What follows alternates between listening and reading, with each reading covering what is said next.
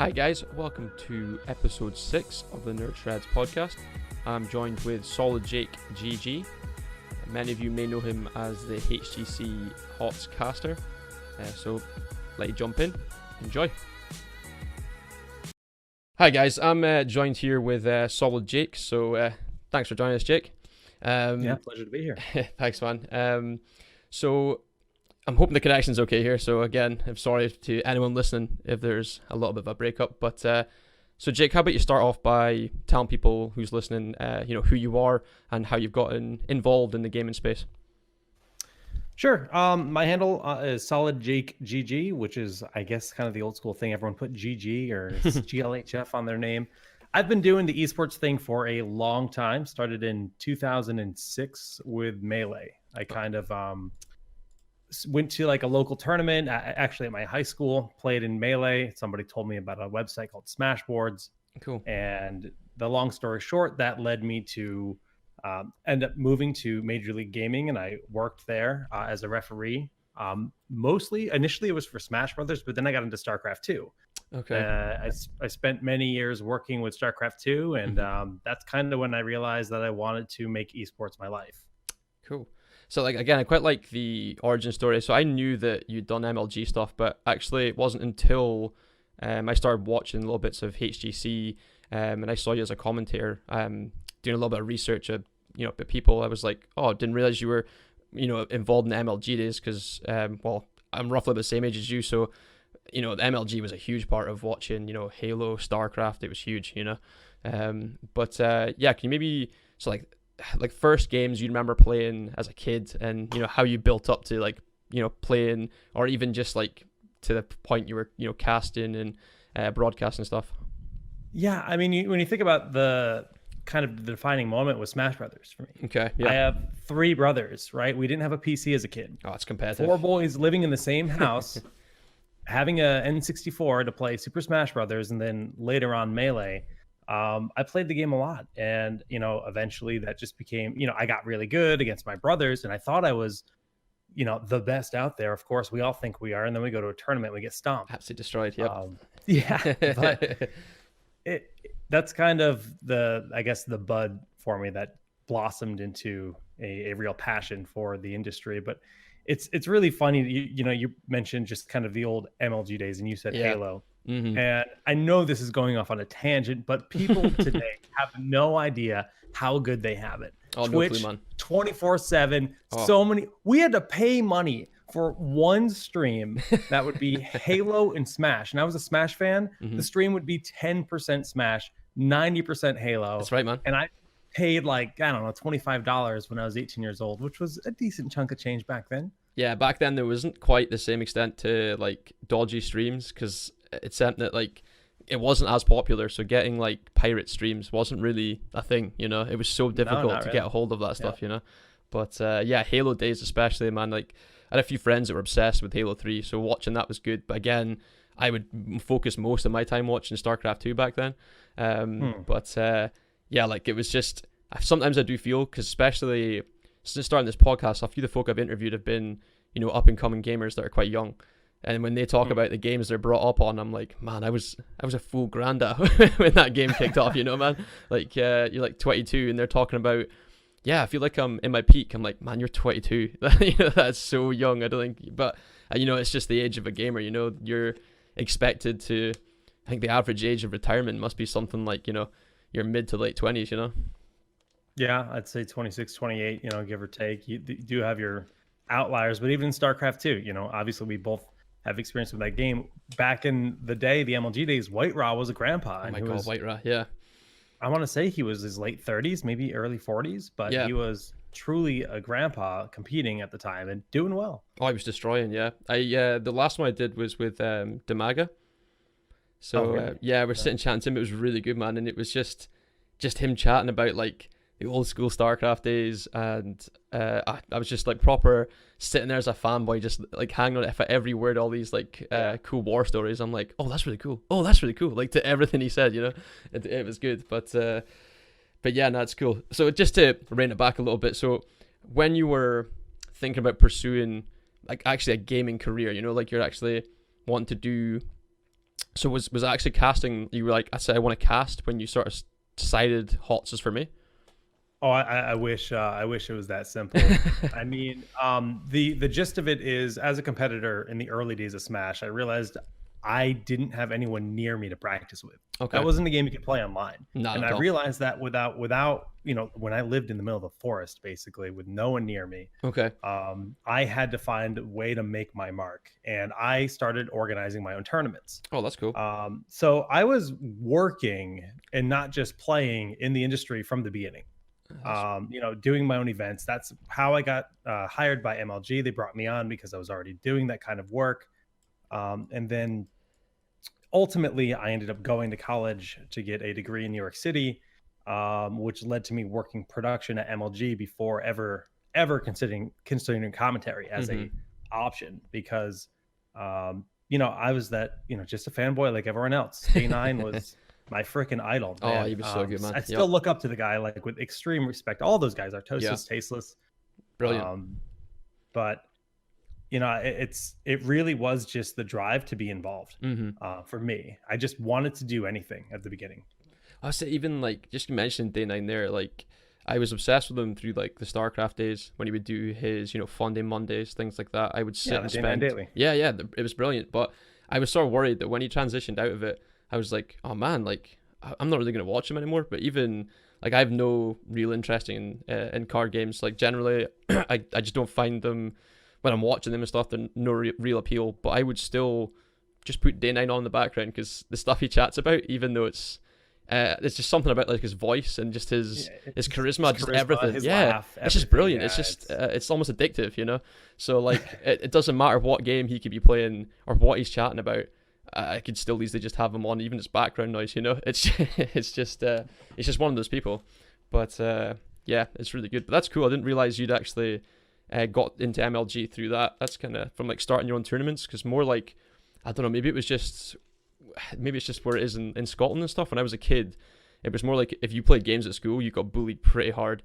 So it was more like I'd pick up a sport but secretly play games, you know what I mean? So like I would actually like stay back, play old school like Bomberman on PC, like these style games, when in reality, to most folk at school, I wouldn't be a gamer. But then the second I left school, it was like, I play games, I don't care. It was literally like, I guess it's just like the immaturity of school, but yeah. I think I might be a weird outlier because I feel like that's a common story. I was varsity football, so I was already in with the jocks, but I was also the king of the nerds in my school. That's brilliant. So I was best of both worlds. A weird hybrid high schooler, I guess. But so I didn't have any issues there. But yeah, I mean, I guess I didn't go to college right out of high school either. I didn't know I didn't know how to pursue esports full time because honestly, you couldn't back in 2006 when I graduated. That it just wasn't a thing. Path. Yeah. No. It's because it's like, well, we went to DreamHack, I remember. I think it was back in 2011. And it was like one of the first major tournaments that League of Legends was played. And I remember being like, I've never seen this game. And they had like, because I remember like, is it Snoopy? He was like the Scottish. And I still couldn't believe that like a Scottish guy had been like a professional gamer. And we went to go see it, and I was like, oh, there's like no one watching this game. And then I remember the second year after that, it was just like like a massive crowd. And I was like, wow, this game just kicked off. It was literally just like, but I didn't actually realize at the time that you were sort of witnessing like the start of like a really big game. It was just a bit blind to it, but it was so cool, man. Just like all those PCs in a room, it was just brilliant. Those events still are, and it's great that it's growing the way it is, but there's nothing like the old days. I feel like everyone will say that. Yeah, I know. But that's the same as like the Maga when he was talking about stuff. It's just proper reminiscence, and he keeps referring like he's obviously like a dad and stuff now as well. And he's like, my kids will be pro gamers. You'll see. Just like, yeah, that's just getting. That's awesome. I know it's really cool, man. But they'll never know. That's the thing. You're just like, yeah, man. I feel like if I was born 5 years, even 10 years later, that'd be the prime of games. But then, you're never going to be a pro gamer if the market's that saturated. It's just, it would obviously be easier back in the day, right? But yeah, it's true. Sorry, excuse me. So talking a little more about like HGC, and obviously again, like I was saying, I sort of stream a lot of HOTS and MOBAs. So like again, people know that. Just obviously, you were saying you were a broadcaster for HGC, and almost a year ago now, like HGC got cancelled. So could you maybe talk about how maybe that impacted you? Because again, I've also had a few people like we had Quacknix on, and he was talking about like HGC and stuff, and he's recently came back to streaming HOTS. So it was quite good to like get his insights and how it sort of affected him and what he was doing now. So could you maybe share a little bit about that? Yeah, just so people are informed. I mean, the long story short is I went to BlizzCon to watch StarCraft back in like 2013, 2014. And that's when Heroes got announced. And I just kind of said, I went all in. I said, Blizzard's making a MOBA. I need to be a content creator for this game. And, I just eventually, managed to make it. Worked really hard, got in, cast a lot of cups for ESL, became the main broadcaster for ESL. And then for 4+ years, I was a full-time commentator. No job. That was my job. Doing Heroes of the Storm, flying around the world, living the dream. So last December, Blizzard pulled the plug, completely ending everything HGC, and it sucked. For me, being someone that had already been looking for like something new, it's tough. People, there are commentators that can just pick up and cast anything. But if I don't care about a game, I'm sorry, I'm not going to be a good caster. It's just I'm not a good enough actor for that. Yeah, see, I think that makes sense. I feel like if you haven't got the drive and the devotion to the game, I don't know how you can sound interesting. And like you said, you'd have to be so convincing as an actor that like, I don't know how folk can stream multiple games. I think it'd be so difficult. Yeah, it's tough. And, for me, I had to make that decision. Like, do I continue like blindly pursuing these games to see if I like them enough to make it, and breaking into a game like Dota or League or Overwatch that's already established, forget about not it. Easy, it's so difficult, even if I'm already as established as I was with HOTS. So I basically just took a year off, and it's a year later now. I'm just starting to get back into things as a content creator. Yeah. Well, we can come to what you're doing in a minute. If we just a little bit, I was just wanting to chat more about HOTS. So also BlizzCon was recently as well. I don't know if were you actually there or were you just watching? Yeah, I was there. Nice one. That's still something I've never done, but I've literally watched it like obsessively whenever it comes out because I'm a fan of most Blizzard games. So, and obviously with the recent announcement of Deathwing, how they're changing XP laning and collecting globes, things like that. So I'm assuming do you still actually keep up with HOTS? Do you play HOTS outside of now that you're no longer commentating? I'm gonna start playing again. Nice. But I was bitter when HGC was canceled. I was bitter. I uninstalled the game and I have played maybe once this year. Okay. Now I do miss it, but I was very curious about Deathwing. Deathwing seems like a very compelling character, very hero. The XP changes, I'm still not fully convinced at how much it's going to change the game. Yeah. And I think that's where the game does need change to be a better competitive title, is making experience more relevant and also easier to deny, basically. Well, it feels like the laning phase, and maybe that's something that's be the same in the past as well. It's almost like, and I guess it depends at the level you play at as well, but when you're laning, it isn't quite the same competitive edge. Like you could lose your lane and still fully end the game, like, completely different, whereas in other games like say League of Legends, if you're losing your lane, you can turn the game over completely because you're that strong. It does seem like maybe that's a little part that's been missing. But looking at the XP changes, the only thing that seemed a bit not off, but just it doesn't seem like it's fully thought through is when waves are dying to base towers. It's almost like you're not going to want to push it into the enemy base, if you know what I mean, without getting too technical, because it feels like you're not going to be able to pick up those orbs if they're on base.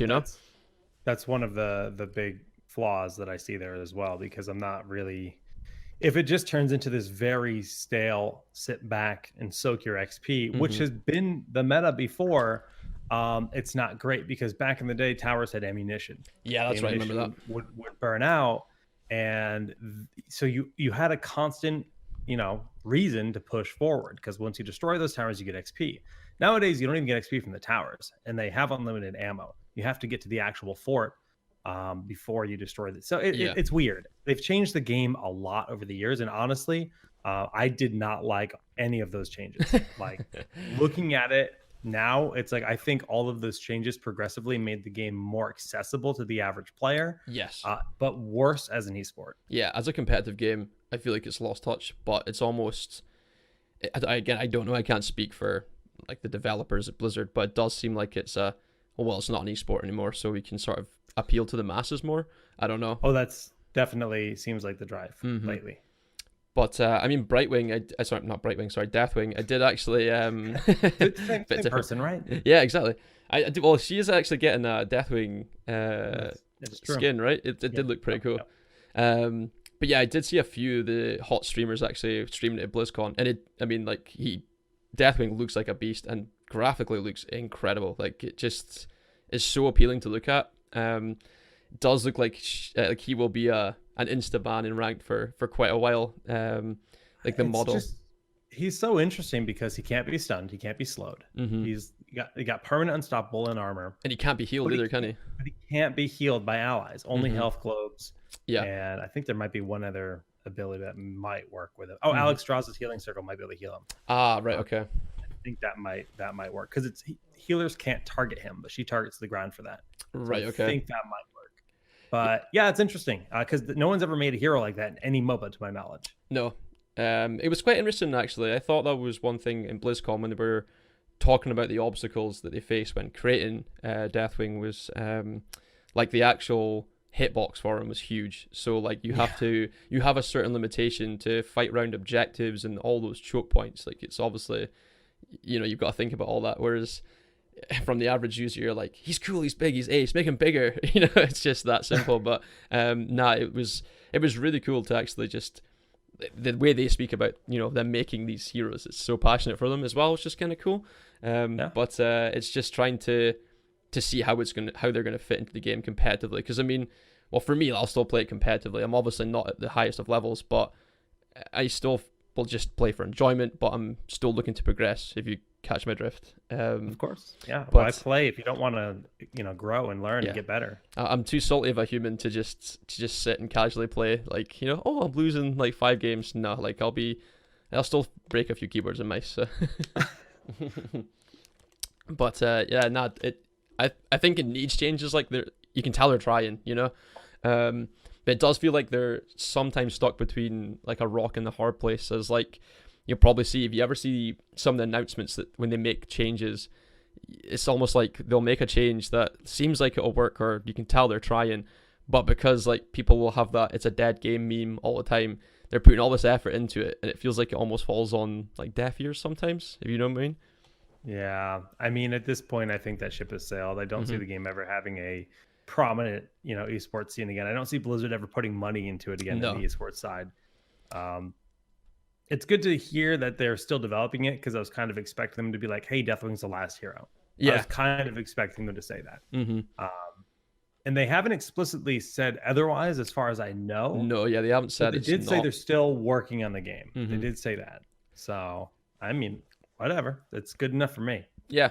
Well, that's it. I mean, again, it just depends on how serious you want to take it. So what about other esports? Do you follow any other competitive scenes apart from, obviously, like, I'm assuming, do you still watch, because they do other leagues. I have watched Tassadar a few times. He does, like, Heroes of the Dorm and stuff like that, doesn't he? It's like, they're technically not, like, pro, are they?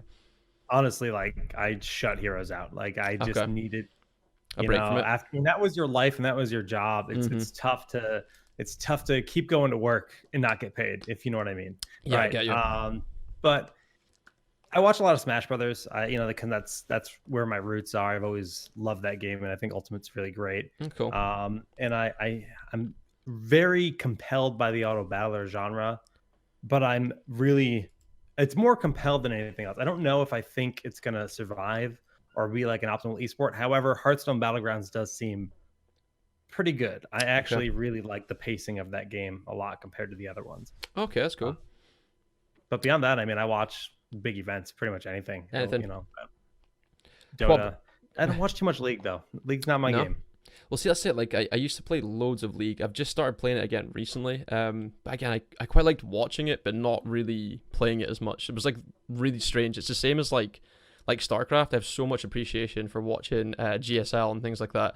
But like playing it, I feel like you have to put so much effort into playing StarCraft. Yeah. It's not casual. It's like it's actually physically and mentally exhausting playing that game, and it feels like you could spend an hour working on a strat, and you play it over and over and over, and you're like, well, I've just wasted the whole day knowing that strat doesn't work. Whereas you can just watch somebody, you can just watch any pro at GSL and StarCraft and just go, wow, that's really cool. I will never be able to do that. But it's good. Like say, it's one of the pro games I can just easily sit and watch. So do you still keep up with StarCraft?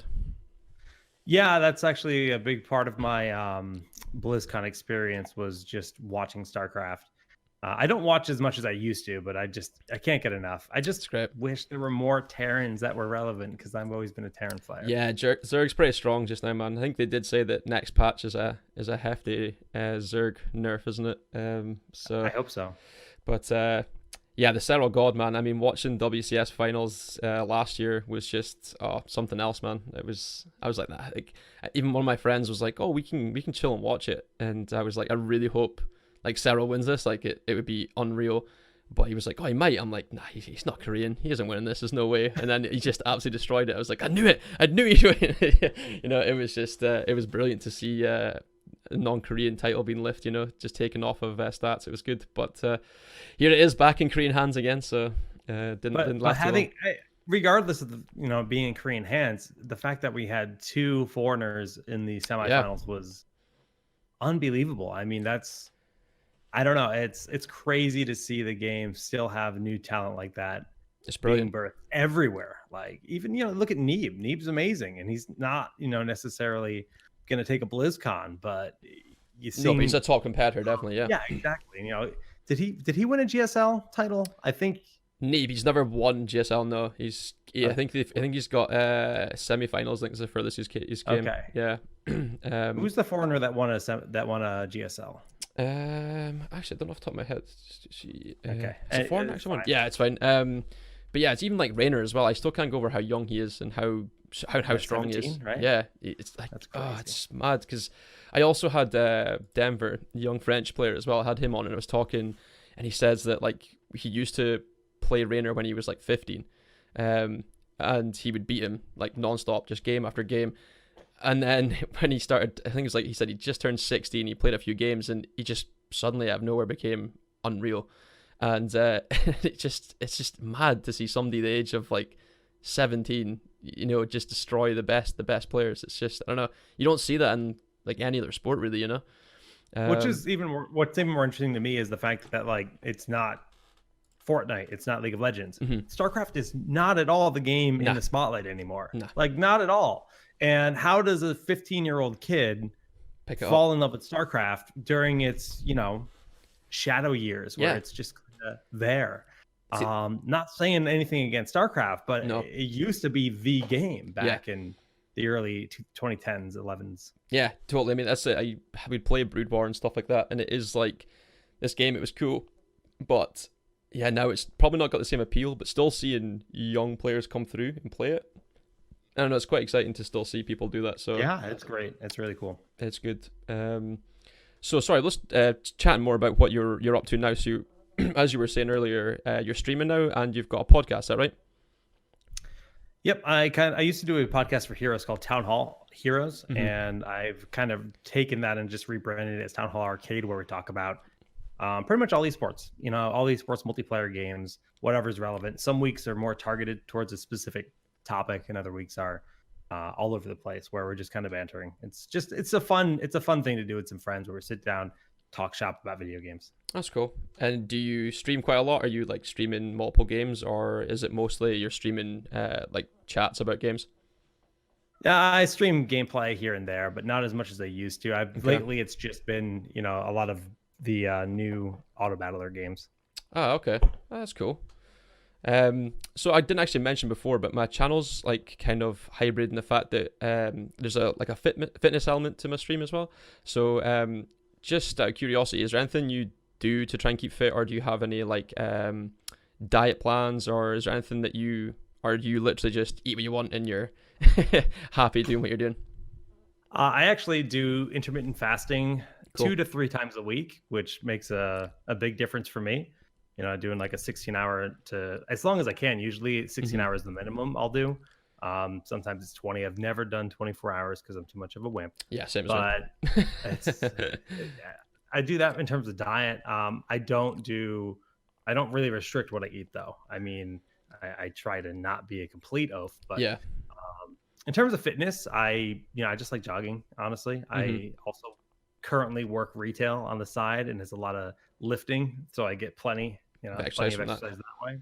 Yeah, I mean, And I'm sort of the fasting as well. Like if ever I'm trying to lose weight, it's the same. I don't really clean up my diet as much as I probably should, but just end up eating less by like, only eating for half the day, and it makes it so much easier. Like, oh yeah, yeah. absolutely. But that's cool. I didn't actually realize you were working retail at the same time as well. That's cool.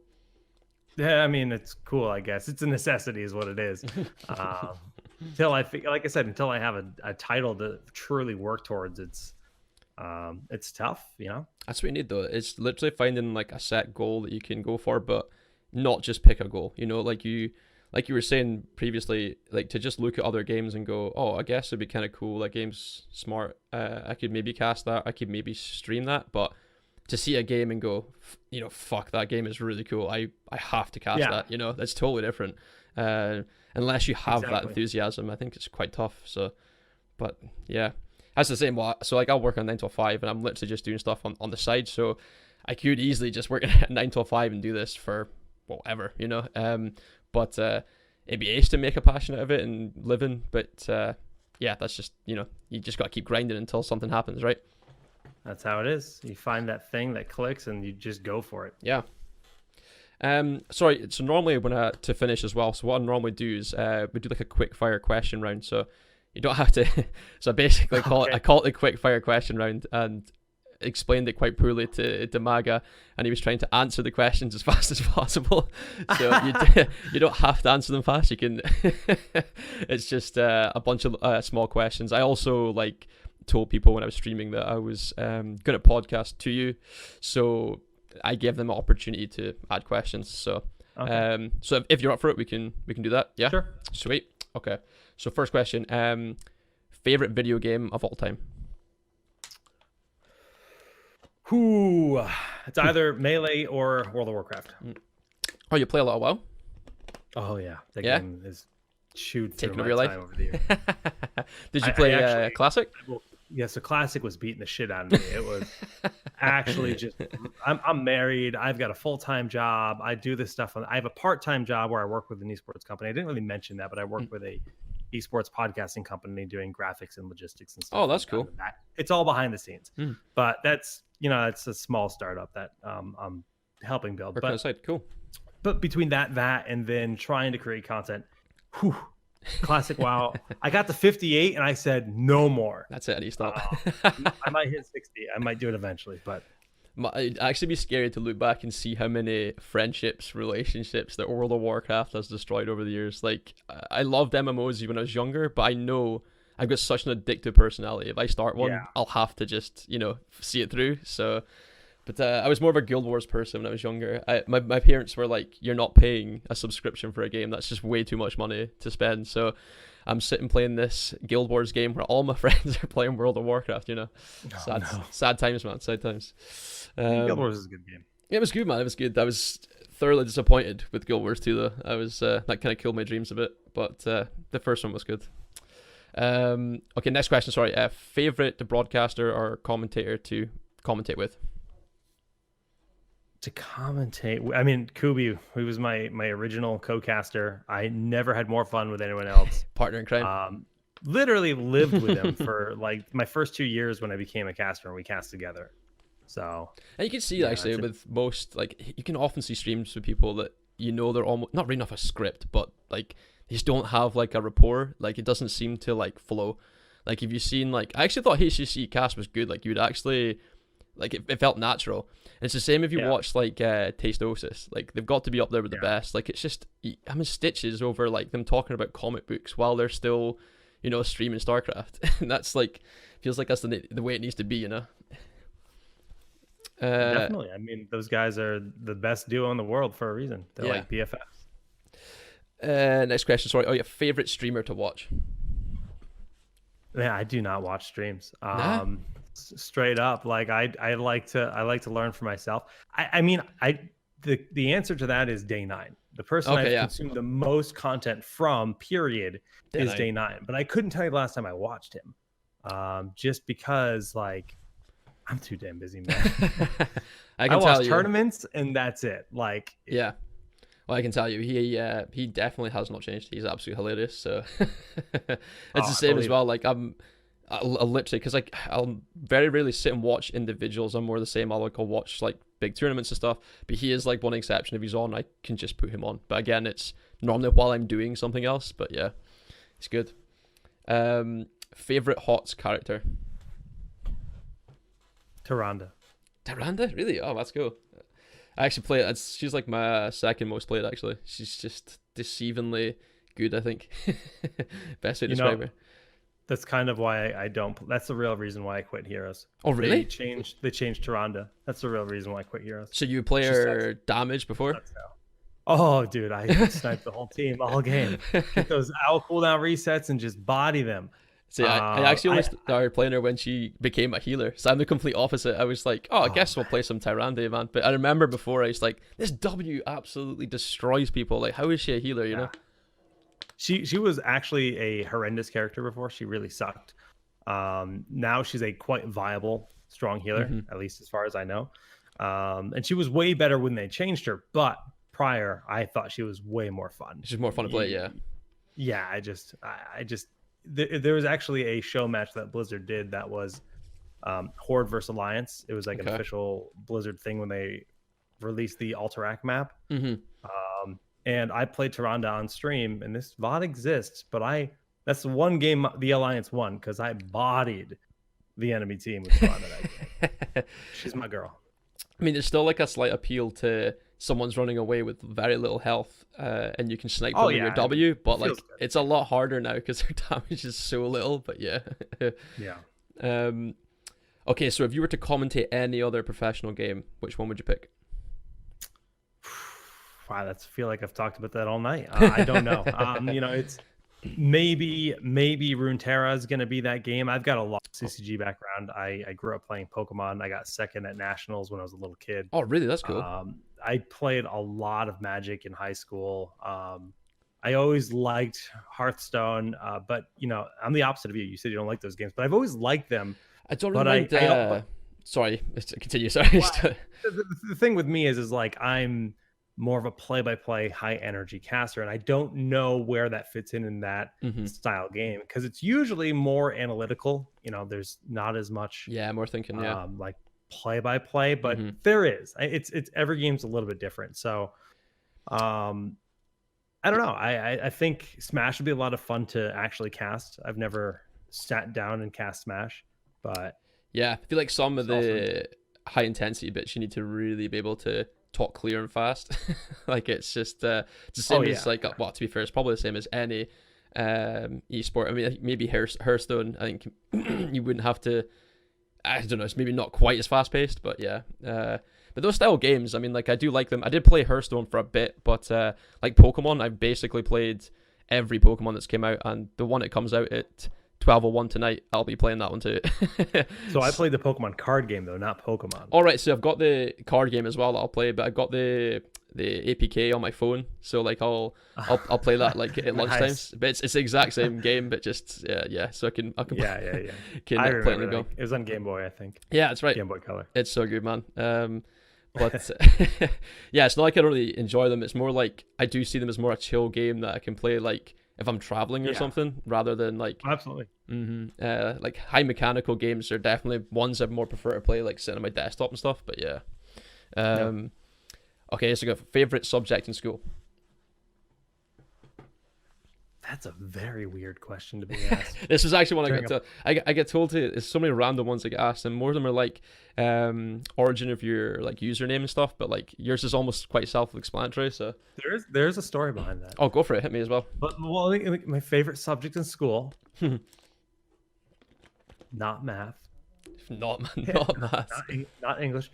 Probably history or science. I grew up in Fredericksburg, Virginia, which is a very history-rich town. Okay, cool. So yeah, I was always fascinated by everything around there. That's good. It's like that's one of the mad things if you're in the UK, like especially like Scotland and England as well. Their histories like they're so old. So when they do like history lessons, man, like some of them are so boring. And then like that's cool though. I mean, I wish US had that much history. Mm. See, I'd be interested in like all the World War II stuff. Like I'll even all the stuff that's on like Netflix just now, like World War II in color and all that stuff. I love that, man. I think it's great. You know, Civil War was what I was fascinated with. Ah, right, okay, yeah.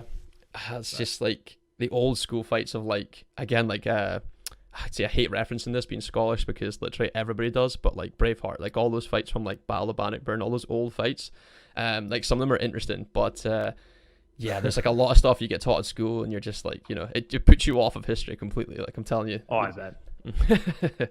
Oh yeah, sorry, so yeah, your username, origin story, hit me.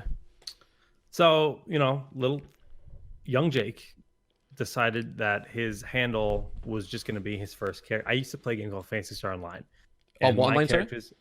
Phantasy Star Online. Oh, Phantasy Star, sorry. Okay, yeah. Dreamcast, like MMO. Cool. And then it was on GameCube. And my character's name was Blue Death. So when I made my handle for Smash Boards, which was like the first like esports community I ever joined, this was pre-Twitter, pre-everything else, I was Blue Death. And, you know, it's kind of a lame name. I'm like, I don't know. Everyone just called me Blue, and that was fine. But I went to a anime convention to play in the Super Smash Brothers Brawl tournament. Brawl was like a new game, and I was playing Solid Snake. That was my character. I was dressed as Solid Snake. That's kind cool. of why I did it, because he was my main. And I was playing against Korean DJ, and he's one of the top players, probably the best player from New England at the time. He actually ended up winning like the GameStop tournament and getting himself a crystal Wii. But wow, he called me Solid Jake because I took a game off him, and he was super excited, and I was super excited that I took a game off him. He called me Solid Jake, and then from then on out, I was like, "That's who I am. I'm Solid Jake." Everybody, yeah, that's kind of where it started. So it's funny. I don't know if it means the same in other places, but like if someone says you're solid in the UK, it means you're like you're quite hard at fighting. That's what I mean. So if you were to say like to your friend like you're solid, that just means you're really tough at fighting. It's really strange. It's just when I first read your name, I was like, wonder if that actually means the same thing elsewhere or not. But I don't know. No, it definitely does not mean that here, but it does now. I was like, Solid Jake. All right, this better not get this guy pissed off on podcast, man. It's cool. Oh yeah, so you've actually probably answered this one already. It was your favorite game in MLG. So, but it's probably Super Smash Bros as well, right? Yeah, from the MLG days, gotta be Melee. Yeah. I like Melee the best. It's tough though, between that and StarCraft 2. I really, really, really loved both games when I was a competitor and just as a fan. Like, I think it's very close. Yeah, that's cool. Up and coming game you're looking forward to most? I would have said Runeterra before BlizzCon, but man, I got to get my hands on Diablo 4. Yeah, it's looking pretty dope. That's not an esport, but just as like a game to grind. Games in general, man. Yeah. Yeah, I think Diablo 4 I might be more excited for. Yeah, see, I'm super excited for it. I'm just hoping, because for Diablo 3, it was the same when it came. I was like, oh man, this is gonna be so good, and it was good for a while, but literally just, I don't know. I feel like it was a little bit of a letdown. So when 4 was announced, I was like, this better live up to the hype, or they're killing this brand, you know, man. You can't do 2 bad releases in a row, in my opinion, you know. So, that's exactly how they're looking at it. So hopefully they knock out understand that, and I'm hopeful. I got a lot of friends that are working on it too, so it's pretty exciting. Cool. That's cool. So what's the worst game you've ever played? Anthem. What's that? It is BioWare's Destiny 2. I'm just googling this now. Came out last year. You're like Iron Man. It's like wait, I think I recognize this poster from somewhere. I've definitely seen this on Twitter. It came out like last year. You look at Twitch, it has 12 viewers probably right now. Wow. What kind of game is it, sir? It's a loot shooter. It's a third person like action RPG where you're supposed to go in and get loot. Okay. And the gameplay is actually really, really, really fun. But everything else is atrocious. Oh, right, okay. It's a shame. Yeah, you look at the screenshots here. It actually does look pretty cool. I've never seen any gameplay of it, so it can't be too big. It was a very fun game for like the first few days, and then it became like the most disappointing pile of crap I've ever played. Oh man, that sucks. It's so disappointing when that happens, man. Like one of my friends is working on, or was working on. You ever heard the game Crackdown? Yeah. Well, he was working on the third one. And this entire time I was like, oh man, the first one was amazing, the second one was awful, and he'd been working on the third one. I'm like, oh man, I can't wait for this one. This is gonna be so good. And he'd been working on it for like a year, and he was just like, man, it's gonna be awful. Like, don't expect too much. And I was just like, man, like you've been working on this so long, surely it's gonna be good. He was like, nah, trust me, it's gonna be awful. And it came out, and I was like, should I buy this? And then I let my younger brother buy it. And then he played it for about 2 weeks, and he was like, yeah, it's awful. I was like, okay, he just saved me £50. Thanks, man. So yeah, I should have listened, man. So, but wow. Yeah, that's what happens. You get the inside scoop, and it kills your dreams. So that sucks. So finally, this is because I know you're into your beers and stuff as well, and obviously being Scottish, we're all basically alcoholics. So what's your favorite beer just now? Man, that is probably the hardest hitting question all night. Well, it's like I haven't seen you a couple of your podcasts, and you're chatting about different types of beers that you're tasting and stuff. So it does sound like you've got a decent taste for different brews, man. I'm so intrigued to be having this beer talk with somebody from the UK because, man, American beer culture is so different. Yeah. I need to ask you a question first. Like, what kind of beers do you drink? Well, see, it's mostly like hoppy style beers. Like, again, they call them hipster beers here. So that's surprising to hear because every time I had European players come over here, it's lager. It's give me a Pilsner, give me a lager, give me a Kolsch. And it's like if you were to go to like your closest bar and drink with your mates, it would probably be it'd be lager. But if it's like proper binge drinking, most of them now will go to like bars that are like, if you heard of Brewdog? They basically make the beer around the corner from like where we stay in Scotland. Brewdog was really good because I had my honeymoon actually, and I thought Brewdog was really tasty. Sorry, say that again. Sorry, your voice broke up a little bit. My honeymoon was in London with my wife a couple years ago, or 3 years ago. And Brewdog was one of the beers I enjoyed. And let me clarify, lagers are great. All beers, but it's just like the idea of drinking something that's hoppy is, for a lot of people, it still blows my mind that they haven't had anything good. Mm-hmm. Yeah, well, that's it. Go ahead. Oh, sorry. Yeah, I was just saying that's it. Like, I mean, it's more like, especially when you're younger here and you drink, it's mostly lagers that you drink because it's just cheaper and it's, most accessible thing. But as you're getting older, yeah, pretty much. Whereas now, like some of the stuff, again, like they have, because Brewdog was made here, like in Scotland, and it's literally around the corner, the bars here, they're quite cheap, and again, they're like rocket fuel. Some of them are like 9-10%, so it's like it's quite a lot. But they kind of made their name here after coming out because they took out the world's strongest beer for a while.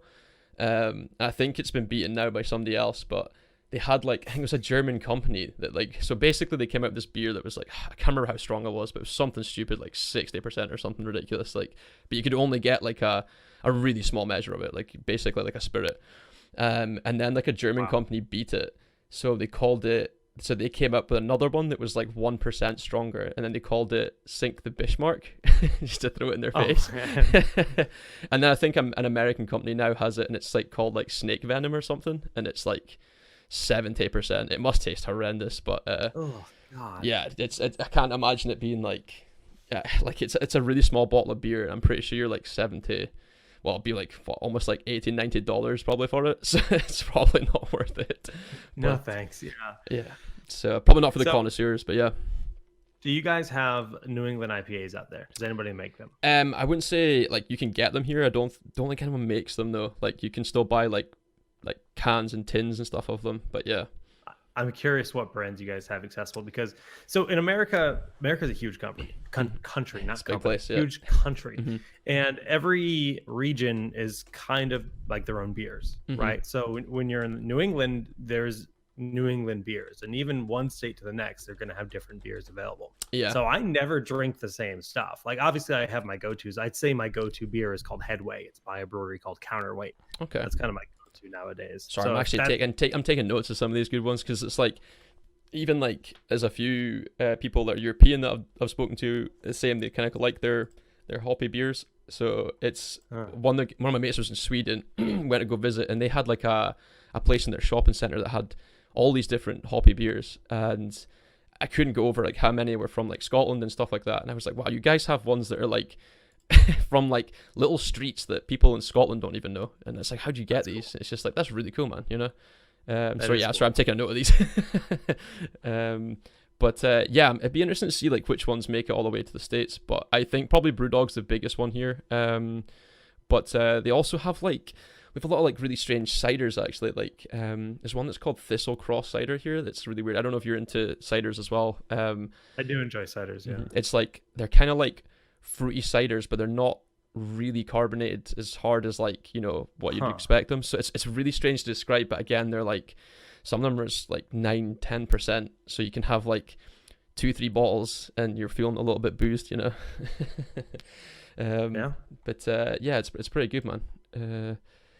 So but no, that's cool. I was like I say, so is that when you're doing your podcast, is that something you plan to do, is just keep trying beers and chatting about them too? You know that was a different show that we did called Was it? Tap.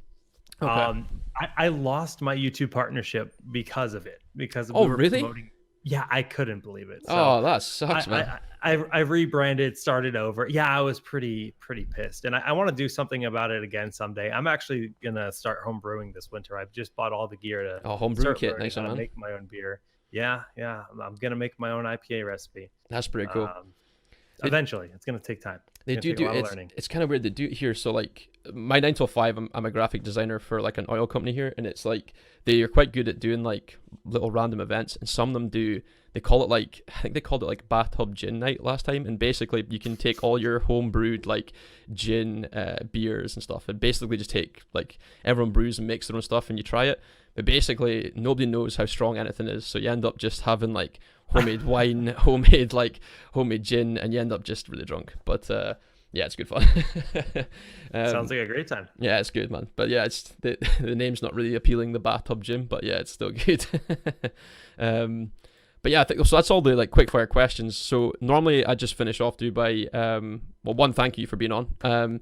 But normally I like to try and give a little bit back to like the community or people that are listening. So if there's someone listening that potentially wants to follow the same path you followed, or even get involved with like esports in general, what kind of advice would you give to somebody that's, you know, wanting to start that?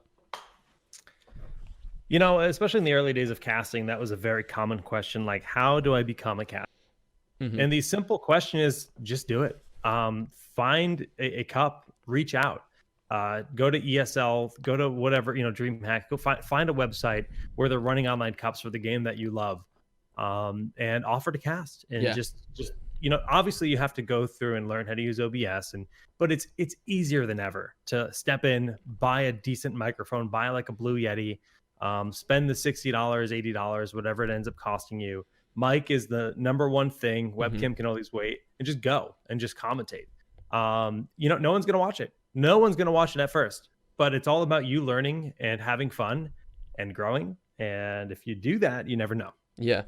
Yeah, that's some profound advice. I mean, like, even just you saying there, like the kit, I remember like if you wanted to stream back in the day, I remember Day 9 doing like a brief video on it, and he had like 3 different programs just to like, oh dude, have, it was like, so okay, hard to do. It's so difficult. Like VLC plus yeah, Audacity plus, I don't even know. Like it was Fraps. So I remember Fraps was something that folk used to have for game capture and brew. Yeah, it's like the proper old school, and that just sort of faded away. Well, maybe it does still exist, I don't know, but it still exists. Yeah, it does. These kids using OBS will never understand, man. Just saying, never.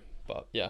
Yeah. But yeah, sorry. Thanks again, Jakes, for being on the podcast, man. I appreciate you taking some time out your busy schedule, dude. Yeah, thank you for having me. Thanks for listening, guys. If you enjoyed the podcast, please like and subscribe. It really helps me the channel out a lot. And it also keeps you up to date with all the new guests too. Cheers. See you.